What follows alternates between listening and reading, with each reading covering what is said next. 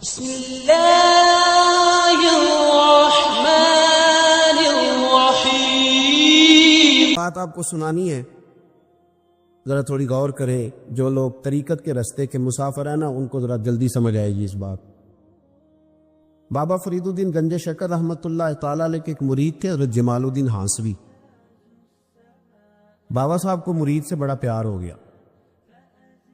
وہ ہانسا کے رہنے والے بابا صاحب پاک پتن کے، تو وہ بیچارے اکیلے بھائی تھے، والد بھی فوت ہو گیا تو ماں بوڑھی تھی۔ بابا صاحب نے ان سے کہا کہ تو پاک پتن آ جا۔ کہنے لگے حضور ماں نہیں اجازت دیتی، اگر آپ کہتے ہیں تو آ جاتا ہوں۔ تو بابا صاحب فرمانے لگے اگر نبی پاک نے اویس کرنی کو بلایا ہوتا تو میں بھی تجھے بلا لیتا، لیکن نبی کریم علیہ السلام نے انہیں نہیں بلایا تو لہذا میں تجھے بھی نہیں بلاتا۔ لیکن پیار بڑا تھا تو بابا صاحب کہنے لگے چل تو پاک پتن نہیں آتا تو میں تو تیرے گاؤں آ سکتا ہوں۔ 3 سال بابا جی مرید کی خاطر اس کے گاؤں میں چلے گئے۔ ان بھی پیٹ ہو جاندے نے مرید کی خاطر، پر مرید پجاروں والا ہونا چاہیے۔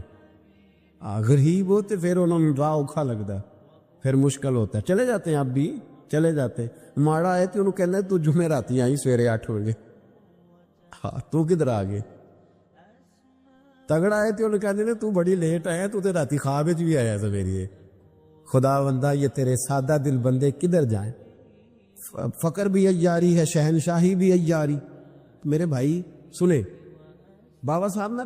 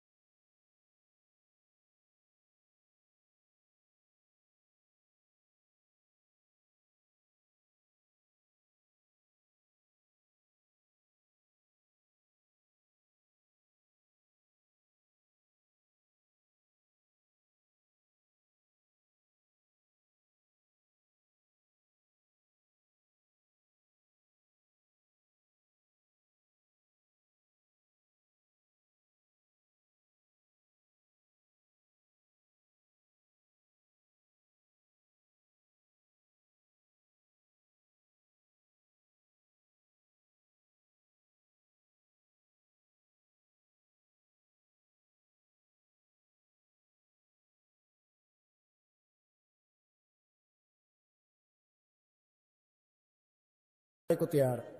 اس نے جب یہ بات کی تو مرید نے ناراض ہو گیا, وہ لڑائی ہو گئی, گریبان پکڑ لیا, جھگڑا ہوا, بات بڑی دور گئی. اس طرح کی بات کرتا میرے حضرت کے بارے میں, تیرے جیسے کئی میں وہاں کام پہ رکھا دوں. جب وہ بڑی بحث ہوئی, بات محلے میں علاقے میں پھیل گئی, دنیا نے سن لی تو شیخ شرف الدین تک بھی پہنچ گئی. اس طرح جھگڑا ہوا ہے. لوگ سو گئے عشاء کی نماز کے بعد. حضرت صاحب نے نا سر پہ کپڑا لیا, اس عیسائی کے دروازے پہ دستک دی. وہ باہر آیا, فرمانے لگے لوگ تو سوچ سمجھ کے ملازم رکھتے ہیں, تو نے بھی تو سوچ ہی لیا ہوگا, تبھی تو مجھے آفر کی ہے. تو اپنی آفر پہ قائم ہے؟ واقعی مجھے رکھ لے گا اور 6000 دینار دے دے گا؟ کہنے لگا جا بابا کام کر اپنا. فرمایا نہیں, تو نے اتنے لوگوں میں بات کی, اتنی بحث ہوئی, تو قائم ہے؟ کہنے لگا میں تو قائم ہوں, پر آپ نے نہیں قائم رہنا. فرمایا میں سوچ سمجھ کے آیا. اس نے کہا آپ ڈیوٹی کریں کہ بحثوں کو چارہ ڈالیں گے؟ فرمایا ایک شرط, بس جب اذان ہو جائے نا تو مجھے رب کی نماز پڑھنے کی اجازت دے دے. باقی صبح و شام جو تو کہے گا. اگر اس غریب کی بیٹیاں بیائی جائیں تو مجھے اور کیا چاہیے. اس کی 6 بیٹیوں کا بوجھ ہے اس کے سر پہ, تو مجھے رکھ لے. اللہ اکبر. وہ کہنے لگا چلے پہ میرے ساتھ خط بندگی کر لے. آج کل ہم اس کام کرتے ہیں, اس زمانے میں خط بندگی ہوتا تھا, غلامی کا خط. قاضی شہر کے پاس, یعنی اس کا خیال تھا کہ چلو اس کام کی بات کروں گا تو بھاگ جائیں گے. فرمایا چل میں تیار ہوں. قاضی تک گئے, طے ہو گیا, 6000 دینار دے دیے. حضرت نے مرید کو بلایا, فرمایا پتر یہ لے جا, جا میری بیٹیوں کو روانہ کر دے. کہنے لگا حضور یہ کیا کر رہے ہو آپ, کچھ سوچے. فرمایا جا جب تجھے بیٹا بنا لیا تو پھر میری پوتیاں تو لگتی ہے نا, میرا حق تو بنتا ہے نا. جا کے ڈیوٹی کر, ان کو بیاہ دے. بات پھیل گئی. بادشاہ بھی عقیدت مند تھا, وہ 12000 دینار لے کے پہنچا. کیا بتاؤ ان رب کے بندوں کا دل کیسا ہوتا ہے, کیا درد ہوتا ہے, کیا رنگ. 12000 دینار لے کے بادشاہ آیا اور آ کے حضرت کو پیش کیے کہ حضور آپ دیں اس عیسائی کو ڈبل دیں اور جائے کام کریں. آپ فرمانے لگے تو پیسے دے, شرطیں نہ لگا, میرا جہاں دل کرے گا میں خرچ کروں گا. مجھے تو مزہ ہی اب آنے لگا ہے, ابھی تو لطف آ رہا ہے, ابھی تو ذائقہ آیا ہے کچھ کرنے کا. پیسے دینے ہیں تو دے, پابندی نہ لگا, جہاں میرا دل کرے گا میں. اس نے کہا حضور ٹھیک ہے رکھ لے. حضرت نے فجر مسجد میں پڑھی, جیب میں 12000 دینار تھے. اعلان فرمایا بھی کسی اور کی بیٹی بھی بیٹھی ہے تو پیسے میرے پاس ہے. وہ 12000 دینار بھی بانٹ دیا, اور 12000 دینار بانٹ کے نا تو پھر چلے گئے کھیت میں چارہ کاٹنے. اس عیسائی کو کسی نے بتلایا کہ ان کے پاس تو 12000 آیا ہے, پر تجھ سے جان نہیں چھڑائی انہوں نے. جب وعدہ یہ ہوا تھا کہ 6 دیں گے تو جائیں گے, جب تک دیں گے نہیں تیرے گھر میں کام کریں گے. وہ نا چارہ کاٹ رہے تھے. حضرت صاحب تو وہاں پہنچ گیا, دور جا کے کھڑا ہو گیا. کہنے لگا بابا پہلے تو میں نے مسلمانوں کے اخلاق سنے تھے, اب تو میں نے دیکھ بھی لیے, پر یہ بتا جب 12000 آیا تھا جان کیوں نہیں چھڑائی؟ تو حضرت چارہ کاٹتے کاٹتے رو پڑے. فرمانے لگے تو نہیں نہ جانتا, یہ بیٹیاں سانجھی ہوتی ہیں, پتہ نہیں نا. میرے رسول پاک نے تو خاتم تائی کی بیٹی کے سر پہ کپڑا رکھ کے کہا تھا بیٹیاں برابر ہوتی ہیں. تو یہ نہیں بتا جب اس کی 6 بیٹیوں کی شادی ہوئی ہے, میرے اندر روحانیت کتنی بڑی ہے. فرمایا پھر 12000 آیا ہے تو 2-4 بچیاں پھر گئی ہیں. یہ نہیں پتا میں اندر سے راضی کتنا ہوں, میں تیری نوکری کرتا رہوں گا, پتہ نہیں اللہ کتنی بیٹیوں کو بیاہ دے گا. اتنا رویا, وہ عیسائی کے پیروں میں بیٹھ گیا. کہنے لگا بابا میں نے تیری مخالفت کی ہے, پر تیرے قریب آ کے پتہ چلا ہے تو بہت اونچے اخلاق کا مالک ہے, اور اگر تیرا یہ مقام ہے تو تجھے اخلاق سکھانے والے محمد عربی کی شان کتنی ہے جی. امام مالک کے پاس ایک بندہ آیا, اس نے کہا حضور میں درزی ہوں, ایک ظالم بادشاہ مجھ سے کپڑے سلواتا ہے, میں تو ظالموں کا مددگار نہیں نا. ایک ظالم بادشاہ مجھ سے, حضور میں تو مددگار نہیں نا ظالموں کا. جو فرمایا ظالموں کا مددگار بھی ظالم ہوتا ہے, تو کپڑے لے کے آتا ہے, میں سی کے دے دیتا ہوں, ذمہ داری نہیں.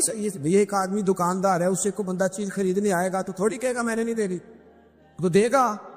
کوئی بندہ اگر کسی شخص سے کوئی کام کہتا ہے جو اس کی فیلڈ ہے, اس کا شعبہ ہے, اس کا معاش کا وہ سلسلہ ہے, کہتے ہیں یا رسول اللہ صلی اللہ علیہ وسلم ظالموں کا مددگار بھی ظالم, حضور نے فرما دیا. تو امام مالک سے بندے نے مسئلہ پوچھا, دل کی تختی پہ لکھنے والی باتیں ہیں. کہا حضور میں درزی ہوں, ظالم کپڑے سلواتے, میں تو مددگار نہیں نا. امام صاحب کہنے لگے نہیں, مددگار تو وہ ہوگا جو تجھے سوئی دھاگا فراہم کرے گا, تو تو پورے کپڑے سی کے دیتا ہے, تو تو خود بہت بڑا ظالم, تو پورے سوٹ سی کے دیتا ہے, تو تو بہت بڑا ظالم خود ہے. مددگار تو وہ ہوگا جو تجھے دھاگا دے گا, جو تجھے بٹن دے گا, جو تجھے نلکی دے گا, جو ظالم سے اتنی نفرت ظلم کر کے بنتا ہے. یہاں تو ہمارے زمانے میں ہیرو بن جاتے ہیں لوگ, ظالم ہیرو ہے, لوگ اس سے ڈرتے پھرتے گھومتے پھرتے, اور بہت سارے کم مزاج لوگ اس کے پیچھے ہاتھ باندھ کے پھرتے ہیں. ظالموں کی مدد کرنا, ظالموں کے ساتھ رہنا, یہ ظلم ہے, ظلم, یہ زیادتی ہے. میرے نبی پاک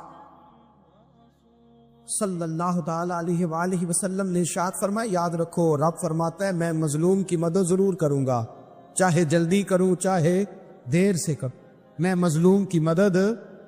اور حضور صلی اللہ علیہ وسلم نے فرمایا ہے, حضرت معاذ بن جبل کہتے ہیں حضور نے مجھے یمن کا گورنر بنایا.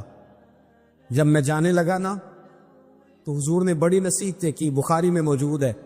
فرماتے جب میں پلٹنے لگا تو میرے رسول نے فرمایا معاذ ایک منٹ ٹھہر جا, ایک بات میری یاد رکھنا, اس کو نہ بھولنا. کہ حضور کیا؟ فرمایا دیکھنا کسی پہ ظلم نہ کر بیٹھنا, کہیں تجھ سے زیادتی نہ ہو جائے. محبوبہ پھر حضور نے فرمایا سن میرے معاذ, میں تجھے گورنر بنا رہا ہوں, زیادتی نہ کر بیٹھنا. یا رسول اللہ صلی اللہ علیہ وسلم کیا ہوتا ہے؟ تو میرے کریم نے فرمایا جب مظلوم دعا کے لیے ہاتھ اٹھاتا ہے تو عرش کا مالک کہتا ہے فرشتوں پیچھے ہٹ جاؤ, عرش کا مالک کہتا ہے فرشتوں پیچھے ہٹ جاؤ, دروازے کھول دو. فرمایا مظلوم اور رب کے درمیان شے حائل کوئی نہیں. بڑے غور کے ساتھ سورہ مومنون کی ان ابتدائی آیات پر غور کرنا چاہیے. رب فرماتا ہے قد افلح المؤمنون, تحقیق مومن کامیاب ہو گئے. کون سے مومن؟ الذین ہم فی صلاتہم خاشعون, وہ جو اپنی نمازوں میں گڑ گڑانے والے, خشوع کے ساتھ, عاجزی کے ساتھ, انکساری کے ساتھ, ذوق کے ساتھ نماز پڑھنے والے ہیں. والذین ہم عن اللغو معرضون, اور وہ جو بیہودہ باتوں سے منہ پھیرنے والے, لغویات سے اپنا رخ پھیرنے والے, سنجیدہ لوگ. پھر ارشاد فرمایا والذین ہم للزکاۃ فاعلون, جو زکوٰۃ دینے کا کام کرنے والے ہیں.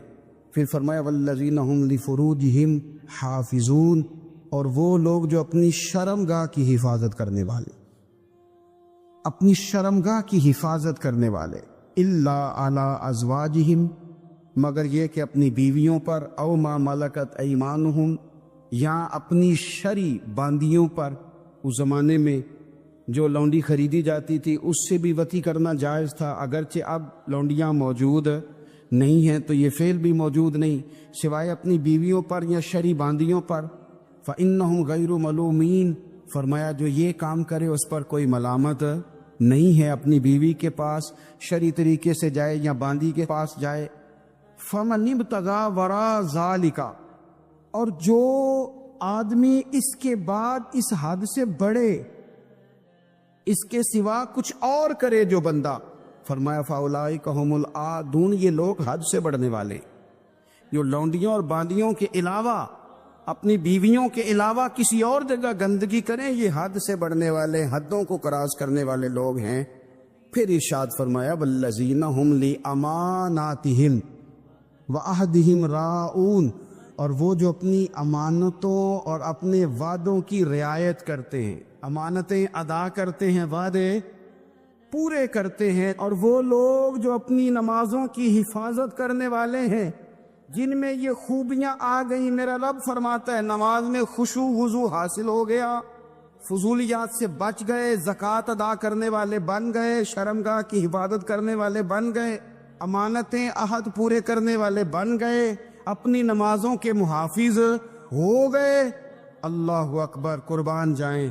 مالک فرماتا ہے اولئک هم الوارثون, یہی لوگ تو وارث ہیں.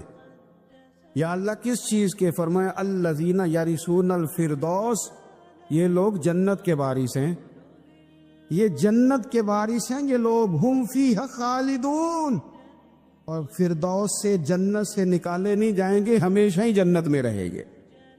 یہ آیات اللہ کا مطالبہ بھی ہے, یہ آیات صحابہ, اہل بیت, اولیاء اللہ, ان تمام کی سیرت کا عکس بھی ہے.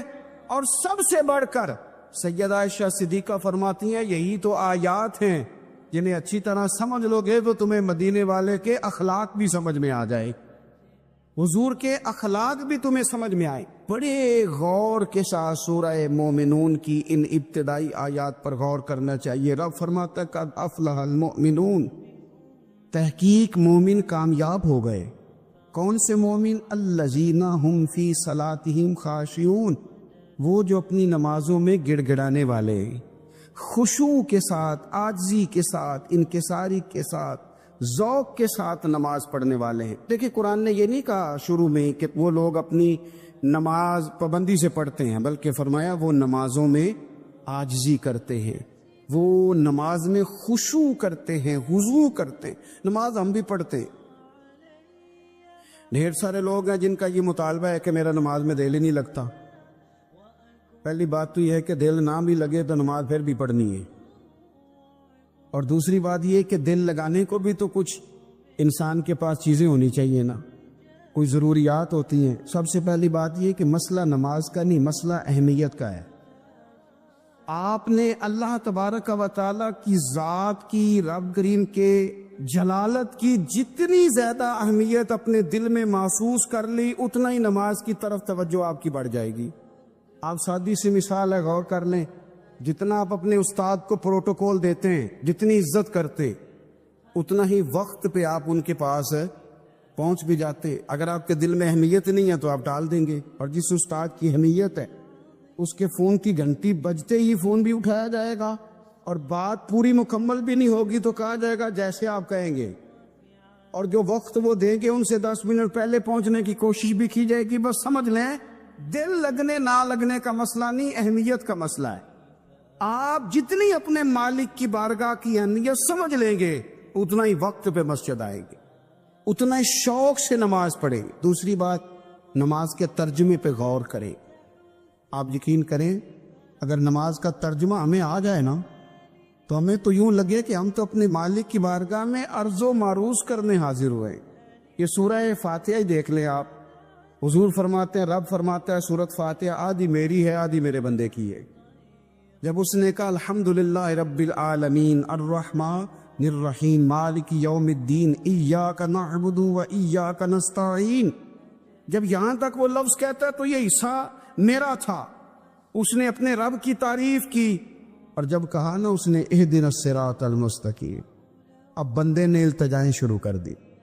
اس نے کہا کہ مالک بھی تو ہے، رحمان بھی تو ہے، رحیم بھی تو ہے، عبادت بھی تیری کرتے ہیں تو مدد بھی تو تجھی سے مانگنی ہے نا، اب مہربانی فرمانا اہدنا الصراط المستقیم، ہمیں سیدھا راستہ دکھا دے، صراط الذین انعمت علیہم، ان لوگوں کا راستہ دکھانا جن پر تو نے انعام کیا ہے، غیر المغضوب علیہم ولا الضالین، ان کے راستے پہ نہ چلانا جن پر تیرا غضب ہوا، جو گمراہ ہو گئے ان کے راستے۔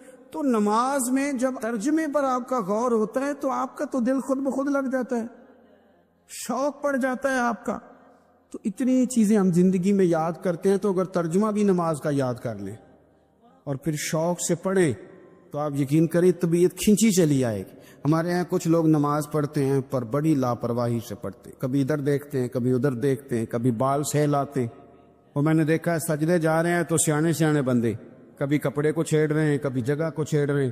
میرے نبی کریم صلی اللہ تعالی علیہ وسلم نے فرمایا ان لوگوں کا کیا حال ہے جو اپنی نماز میں نظریں آسمان کی طرف اٹھاتے ہیں، رکوع سے اٹھے تو اوپر دیکھنا شروع کر دیا، کیا حال ہے ان کا۔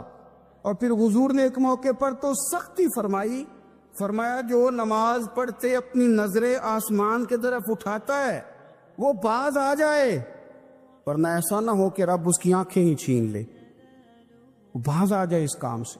خشوع کے ساتھ نماز پڑھے، عاجزی کے ساتھ نماز پڑھے، اس کا دل لگا ہوا ہو نماز کے اندر۔